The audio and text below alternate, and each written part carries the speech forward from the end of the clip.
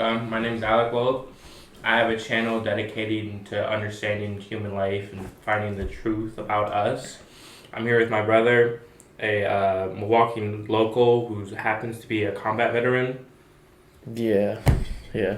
So I think I kind of want to bring you to a channel, both to help me with the school project and Mhm. also to actually talk about a problem facing more directly Milwaukee, but of course other places too. Like what the problems of Milwaukee, like how when Yeah, I'm driving through, I see like homeless and all that. yeah. Like Milwaukee has its own more known problems, like just racial segregation, homeless population.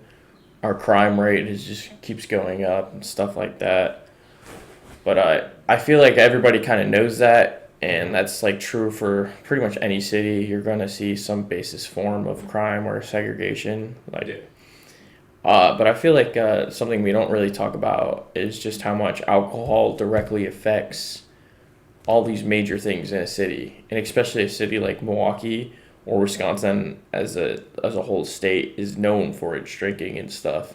I'm not necessarily saying that's a bad thing, but I feel like our judgment when talking about how alcohol affects things, we just don't care as much. hmm That's kind of what I want to talk about, and I also feel like I've seen it in person enough, not just like throughout the city, but like you said, like I was a combat veteran, and we are stereotypically known for drinking, and I personally seen it enough where my guys or like some of my best friends, like they need a 12 pack every single day, and it starts affecting their work slowly. Like you don't even notice at first, or like you'll just brush it off, be like, oh, he's just an infantryman. He's okay to drink like that. And then it got to the point where like even I started to develop my own problems, where it was more like jokingly like a weekend alcoholic, where it's like I live to make it to Friday, where I'm allowed to drink for the most part. It's like I just have to make it to the weekend to, I tell myself excuses like I just want to go out and I want to let loose. I deserved it. I earned it. hmm And then it's like, oh, I'm just here to drink on the weekends. And like at a certain point, it's okay. But then when you feel like you need to do that every single weekend, you realize it starts affecting more than just yourself and stuff like that. And also, I mean, as my brother, we've not to say anybody or call anybody out. We've seen our fair share of drinking and just how dramatically it can not just affect the person but like their whole family, and just the drastic difference it can do to somebody. Just like any drug, for those who are not aware, alcohol is 100% a drug. Do you think it's the thing you've seen in the army? Is it commonplace, common practice in Milwaukee? Yeah, yeah. It's like I felt right at home. It's like you go, everyone's like, yeah, it's like they'll literally like drink and they'll tell. I've talked to so many people when I go to a bar or something. They're like, well, it's Wisconsin. I've been drinking since 3 o'clock. And at first I was like, you know what? I was like, hell yeah. And now I'm like at some point, we're not a frat. We don't need to brag about how much we can drink Mm. anymore. Like it's not. You don't need to show off that you've been drinking the most. It's I not think cool. I think maybe should talk about why Milwaukee itself, Specifically, yeah, is maybe somewhere got the way we are. So let's do a little background on Milwaukee. So first, Milwaukee, or like rest of North America for the most part, was home to many Native American residents, and yeah. Milwaukee, east of the Mississippi River, is I think actually like one of the number one still Native American populations to this day. Really? hmm Milwaukee's name came from Native Americans, and it's originally was meant beautiful, pleasant, or good land, which I think is true. Like I mean, you've seen you got some beautiful rivers flowing into one of the biggest lakes in the entire world that you can't even tell the difference seeing it if it's an ocean or a lake. And if I was a Native American, you got all the great fishing, you have tons of land, you have prairies, you actually have woods. And I still like the way Milwaukee looks. I like the old school architect style. The art museum is beautiful. It's another beautiful city right on the lake. But all that stuff does eventually attract European settlers. hmm And So the first people to actually bring alcohol into the city were French Canadian settlers. Okay. But I don't really see that as a correlation on why we still drink today because that didn't really stay known. But as many people know, for like just like the rest of Wisconsin, Milwaukee had such a German population grow so fast and so vastly. At one point, it was even known as the Duchess Athens or the German Athens. Really? Like we were like almost like this German capital of the United States. Like they just felt at home here. I mean, I don't know. Maybe it's the cold, harsh winters that they're used to, or similar land. A lot of people might say. But what Germans are known for is like sausage, bratwurst, and beer. And if you think about Wisconsin, add cheese to the mix, and like it sounds like Wisconsin. All those things kind of brought me here too. But at one point, shortly after that, Milwaukee was actually the brewing capital of not just the United States, but of the entire world. The world. The entire world, it was a brew. Yeah, it's kind of crazy to think of, because this isn't a big. I mean, it's a big city, but you got places like Chicago, New York, Houston in America, and we somehow supplied more beer than any single city. And we supplied more city than Germany. It's pretty cool. Also, somehow affects us today. So you think the Germans bringing their cultures impacted how much we drink? Yes, I'm not gonna 100% state that, but also as like a history major, everything that happens there, it doesn't just go away. So yeah, that like it did bring a lot of good things. Like it does bring in a huge job market, like a lot of factory jobs. Like brewers are huge. So the brewing scene didn't die down. It just made it slow down. It wasn't as big. But around the 1980s, like all these microbreweries and pubs and bars like had a huge pop-up influx. And actually, today, Milwaukee has the second bars per person in the U.S. Some other articles might say like number 4, but either way, we're in the higher top 5 for bars per person. Do you have the specific number? Yeah, Forbes.com has us at 36.7 bars per 100,000. That's a lot on its own, but even a few restaurants out here, they all have it. Yeah, they all have their own. Often they have their own like little breweries. They all have their own drink special, and I mean drinks you could get, like fat ass tall boys. Pardon my language, I'm sorry. you could get some really. Milwaukee's also known for its cheaper drinks too, but that doesn't include the restaurants, which you're getting cheese curds and beer. That's like the go-to. But we also have corner stores and gas stations and grocery stores. You could drive almost any direction, and within a minute or two, you're gonna find somewhere to get something to drink. Like it's inevitable. And I do, like, just a slight recap, I do see how this not only affects crime and stuff, but like health.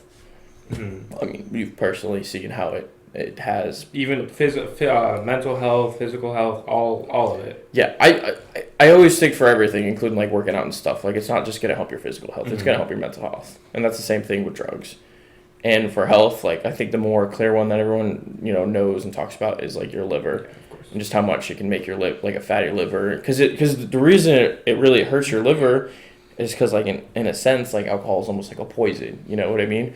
So what your liver is really trying to do is like filter it out of your system, so it works really hard to get alcohol out, which we could even talk about later in terms of like weight gain and stuff. But also like according to article published by Harvard Health Publishing. It also has links to like high blood pressure, stroke, liver, diabetes. All that's 100% true. And even like more new research is coming out on its link to cancer, although that's not totally accurate or proven yet. But like I feel like almost anything, if you do too much, can somehow lead to cancer. Yeah, I also think it's just the lifestyle of alcoholics. Yes, yeah. If you're drinking too much, like you're most likely doing other bad. You're not sleeping as well. Yep, and then we can talk about that stuff later. Your lack of judgment and how much it sleep. Sleep is another important part of that. We talk about a lot of personally, I've especially dudes in the military. I've met that like say they need to drink to go to sleep. Mm-hmm. Well, that is initially true. It can actually help you go to sleep. Your sleep quality isn't good. So while you are asleep, you're not properly sleeping.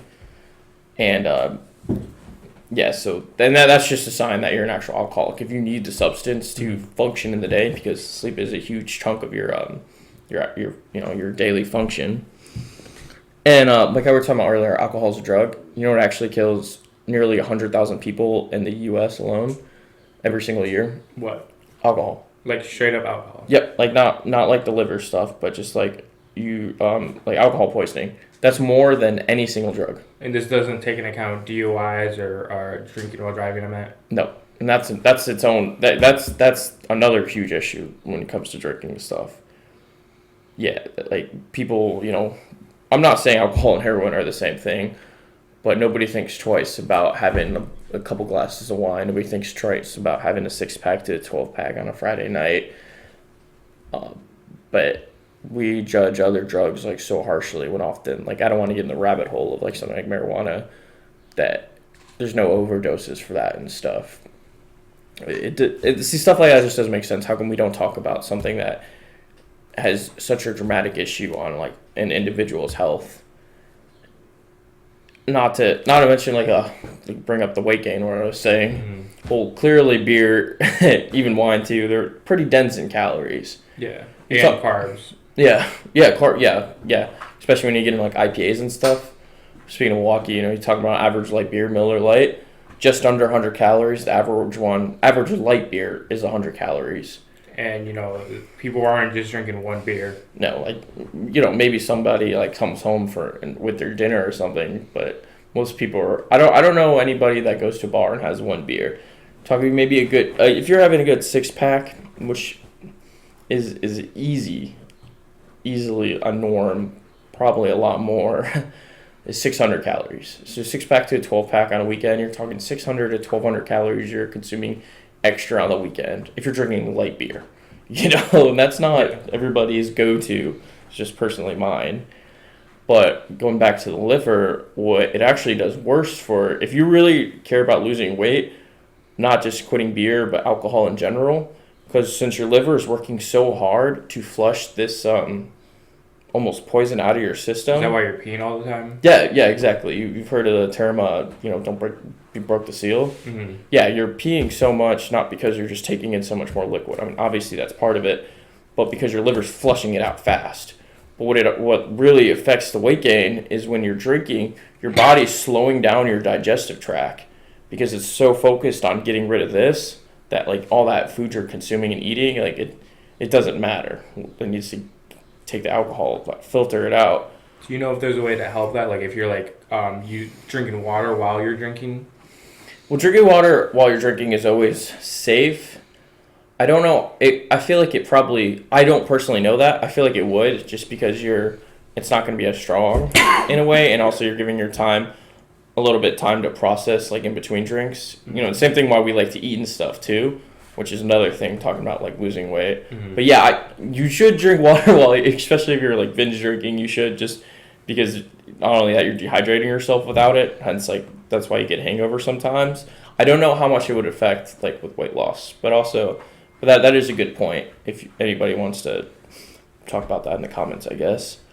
But yeah, another thing is, who doesn't get McDonald's or something at 2 a.m. after a night out? Yeah, you just crave greasy food. You just crave it. I don't really eat too much fast food, but I know if on a night out, like, I almost can't help myself sometimes. And you already have a lack of judgment. Yeah, your judgment's down, so you're not really thinking twice. I'm just thinking a burger and fries, and it tastes delicious. I'm not gonna lie, and I do enjoy it, but I might regret it in the next morning.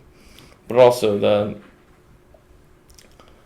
other thing is for like children that start drinking too young, it's same thing with weed. Is it slowly it can pretty much like block your maturity level from going up, and you could.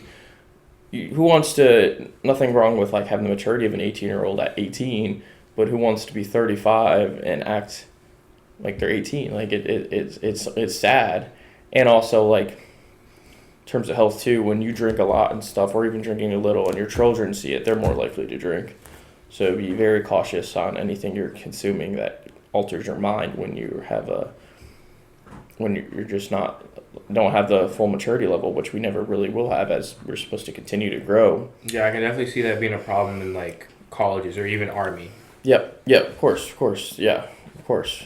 There are not even those yeah, frats love to drink, and there's nothing wrong. Like I said, everything's just about moderation. But you don't want to act like a frat boy when you're ready to settle down and stuff. There's nothing wrong with having your fun. It is a lot about balance. But the problem is, like, once you start, like, alcohol is just so addicting. I don't think people realize just how addicting it really is. In fact, alcohol withdrawals can be so bad you can actually die from it. Really? Yeah, like it is rare, but there's not another drug that's confirmed you can die from it. Although there are cases of people like dying from opioid or heroin addictions, but their body just like craves it so much, like in a sense, just like shuts down. And in general, alcohol withdrawals can be like one of the worst. It's I've seen it like when we be going on like a month-long training exercise or like a deployment and stuff. You see these dudes just like not a lot of us, like we're not all alcoholics. Like I'm just speaking off of a couple people I know. They're just sitting there actually like shaking, or they're sweating, or they like almost like can't fully sleep. And like, man, maybe this dude's just nervous if they're gonna go jump out of a plane or we're gonna go deploy or something. But he's like that for the whole time, and you're like, you realize it takes a second. You're like, wow, that dude has a 12-pack every night, and his body doesn't know what to do without it, and it's sad because these are great people, I've seen people use the excuse that they're a functional alcoholic. Yeah, of course. Excuses are awesome. That's why we love them. You can make an excuse for anything, and that's part of the addiction process too, which hopefully we talk about a little bit later. Is just knowing that you have a problem. Because if you could go to work on time and you think you could drive your car, because like talk about our judgments down, and you get everything done, like of course if I can do it and I can be happier on alcohol, like you said, functioning, like you might not feel a reason to stop. So you don't think you have a problem. It's what anything taking control of your life is going to do. And that's why people don't stop. They're not even aware of it. And plus, when they are aware of it, it's still really hard to stop. Okay, we were having some technical difficulties, but we're back. You want to pick up where we left off, or? I think maybe we should move on just a bit. Okay. More like a broader picture. I think we get how much it really can affect the individual. Maybe move on to just how it can affect the community, especially like in regards to talking about crime.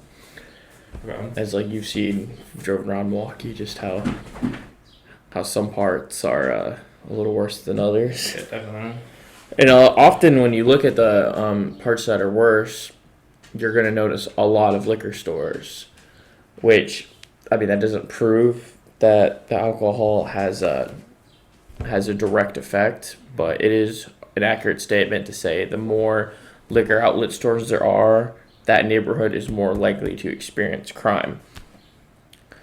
Also, in just terms of like Milwaukee, we are now ranked number 13th for out of most dangerous cities in America, not the world. Whereas like most people would assume Chicago is top 10. It's not even top 10. It's not even top 25 anymore. So there's a problem, and it does need to be addressed on its own. But I do believe alcohol has a strong correlation with crime, and a lot of that could be just like the stuff like we were talking about earlier, how your judgment goes down, and that could cause you to be more reckless or even more dangerous. Combine that with how some people actually are more aggressive when they're drinking, plus it's addictive. Like, yeah, it's just gonna be a lethal combination that does equal, people not doing the smartest thing sometimes. You think that it can impact like domestic violence?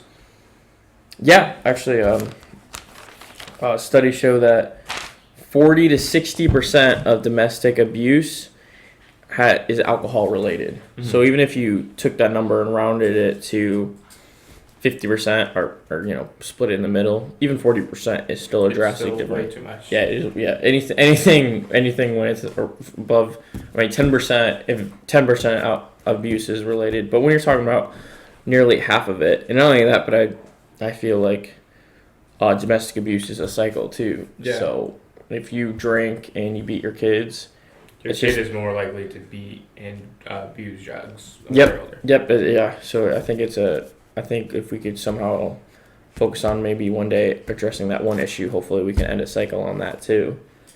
But crime also, a lot of people when they think crime, they think like homeless people too. You know what I mean? And I'm not saying homeless people, you can't just lump them all into one category. But a lot of those people are addicted, and in fact, 38% of them are alcoholics. So you can also fix another issue Milwaukee and almost any major city is going to face homeless people and how to fix that. And even the homeless population, whether you like it or not, they do in fact raise the crime rate. They aren't really known for violent crimes or anything, but like petty theft or stuff. Petty theft and stuff like that they are, or just getting picked up for drunk and disorderly conduct and stuff like that. Just being a nuisance. Yeah, which nuisance is kind of maybe not the best word to describe them, but yeah, unless you want, yeah, I don't want to say anything rude about them. But yeah, so alcohol, the more liquor stores there are, the more likely neighborhoods experience crime. Somewhere around 50% of domestic abuse cases are related to alcohol. Over a third of homeless people are alcoholics, and that doesn't even mention the price of drinking. If you've ever been on a night out, alcohol adds up really quick. I couldn't find one accurate source that stated exactly how much money people spend. I tried to zoom in on Milwaukee, but I couldn't. But I found in 2018, before the inflation bubble, America alone spent $253.8 billion on alcohol. And Milwaukee is cheaper around here. It is a little cheaper, so which is a good and a bad thing for people, but which we could talk about maybe for solutions later too. But $253.8 billion, and it was estimated between 500 to 5,000 between all the sources I saw how much money people spend Per year, which $500 really isn't too bad. But if if you're homeless $500 even a year could just probably make a big difference instead of spending it on something that you're really not going to get too much out of. You put those all together, and it's the issue is something. The true issue in Milwaukee often is something that everybody loves to drink. Yeah. Which is kind of sad. So is that just part of the culture? Yeah, I think it is, because like I said earlier, you can't go to a bar where people don't want to brag about how much they drink sometimes, or plus moving on, if we want to start talking about pros and stuff, drinking is fun. Mm-hmm. There's a reason people drink, and it's not just because it's addicting. It's not. Part of it is culture, but it is fun. It loosens you up. It makes you feel kind of good when you drink. I'm not planning on stopping drinking anytime soon. Do you think they're social benefits, from a societal community standpoint? Yep. Yes, they're arguably so. You've heard the term drunk confidence, right? Mm-hmm. It's a real thing. So alcohol is a depressant, and while most people think the word depressant makes you depressed, that's not really exactly how it works. But actually, depressant really does is it slows down your neurons in your brain. So literally, actually can make you function and think just a little slower. Part of the reason why your judgment's going to go down, but it also does in a way help relax you and help you put you into a good, better mood to a point. Obviously, if you go past this point, which is very easy to keep drinking because you can't think properly. So it's why people hop into cars and stuff. It's not because they want to get a DUI. It's because they're not capable of making that decision. So it does do that, and that is also good, especially for people that do maybe not socially awkward is the best word, but just get a little more stressed or anxiety into a bigger social environment, like a bar or a club or something like that, or just simply having friends over. It can elevate the mood, and it can help them sometimes. I think it is okay sometimes to not think as much. You know what I mean? Sometimes you do need a slight break from the everyday life. That's why I'm not for banning it. I don't think that's the answer at all. I think history proves that's wrong. Yeah, exactly. But there are also further benefits. Like for one, there's bars, restaurants. There are liquor So it helps stores. the economy. Of course it does. Of course. Plus you're getting so much tax revenue too that is gonna go and help everything. And like you can't just like take away all these jobs. You can't take away people's weekends out and stuff like that.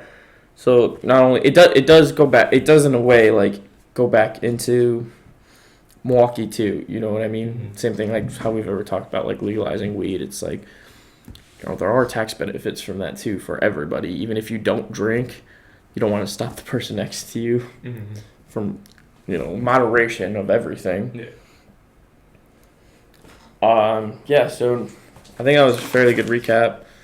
So health wise, I mean everyone knows you don't want a fatty liver, high blood pressure, weight gain, addiction, crime, domestic violence, the homeless population, money. All these things are directly related to alcohol. But like we said, there are some benefits. Like it's fun. It does get you going, and just the job market and stuff. Like Milwaukee does. I mean, there's so many. There's still there's still like a Miller factories out here and everything. Mm-hmm. And like even like if you just think about ballpark revenue, how much money they're bringing just from a couple beers. Yeah. What are some ways we can like help like the issue? Yeah, that one is a tricky one. Well, just like any major issue, like there's not just an answer to fix it. The problem is I don't think we're doing anything. We're not trying to fix the issue pretty much at all.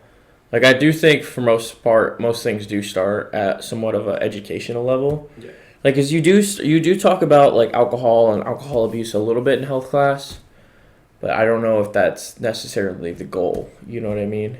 I think they're so much more focused on other things like harder drugs.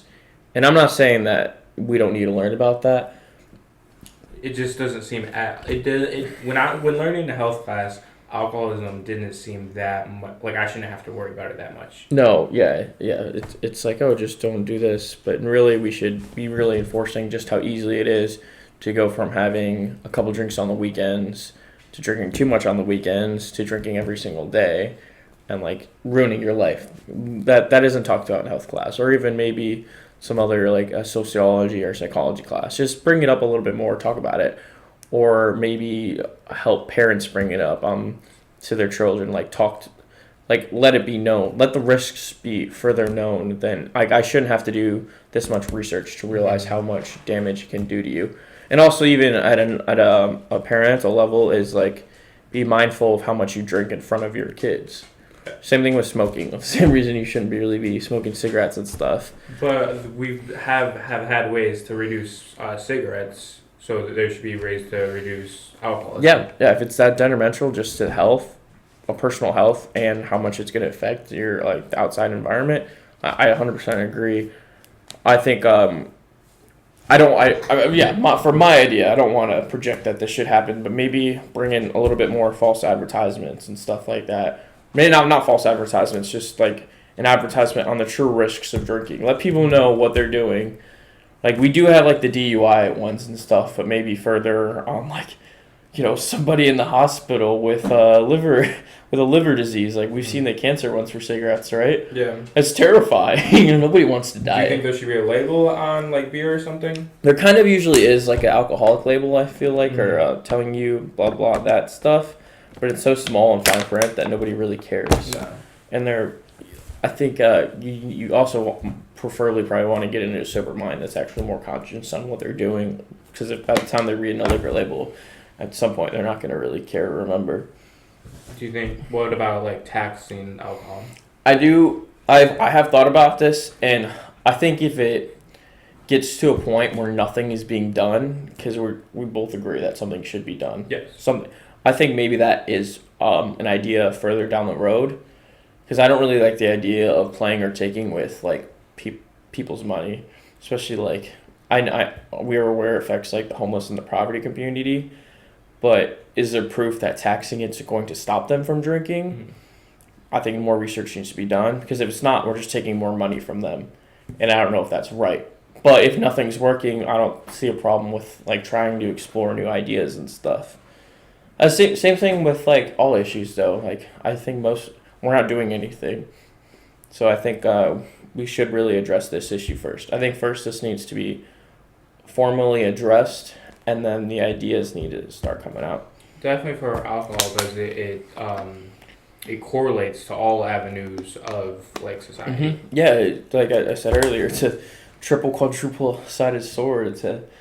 It's not going to eliminate crime. It's not going to eliminate homeless. It's not going to eliminate domestic abuse. But you're talking about lowering all of these things, and even like the obesity epidemic. It's going to affect so many things that are going to make not just Milwaukee, but almost this country a little bit better. Even like depression and stuff. Depression too, because it's going to the addiction part too, and plus like you feel good and stuff. And then when you're done drinking in the morning, when you wake up, you feel terrible. That's a come down, which makes you want to go back to how you were feeling when you were drunk that one night and having a so-called great night. Or, could have been a good night. Do you think individually people can help? Like, do you encourage, like, talking to your family? Yes. I think we should take a step back and go further about when you're talking about functioning alcoholics and stuff like that. Mm-hmm. I think, yes, one of two things usually needs to happen initially is for either you to realize you have a problem, or hopefully you have, like you said, a good friend or a good family member who first tries to reach out to you. But sometimes, even if you have good friends and family, they might not be aware of your issue, or it's not an easy thing to say to somebody, hey man, you are slowly drinking yourself to death. It doesn't need to happen. They can get mad at you and you can lose that. Yeah, and the same thing goes for anything like that. And it's a hard thing to do, but I think the first step needs to be taken is you need to be aware of it, and you need to try and seek help. There are tons of help, options to seek. You could literally Google AA meetings, and there's one almost every single night around here. There are tons of resources. There's rehab centers isn't just for somebody that's addicted to heroin and stuff, you know what I mean? Yeah. But yeah, I also think relying on people isn't easy. No. Especially when you're in that mindset. Yeah, because like you said, you could totally be functioning. You could totally be going to work every single day. People do it all the time. It's when you realize that you're slowly like losing yourself. You're not your true self. Mm-hmm. Which is kind of the point of drinking, but it's when that becomes your full day reality. Anyway, I do feel like that is a good place to close, and thank you for your helping me with this, I guess. Yeah. All right, peace out. Wow, that's gonna be a long video, huh?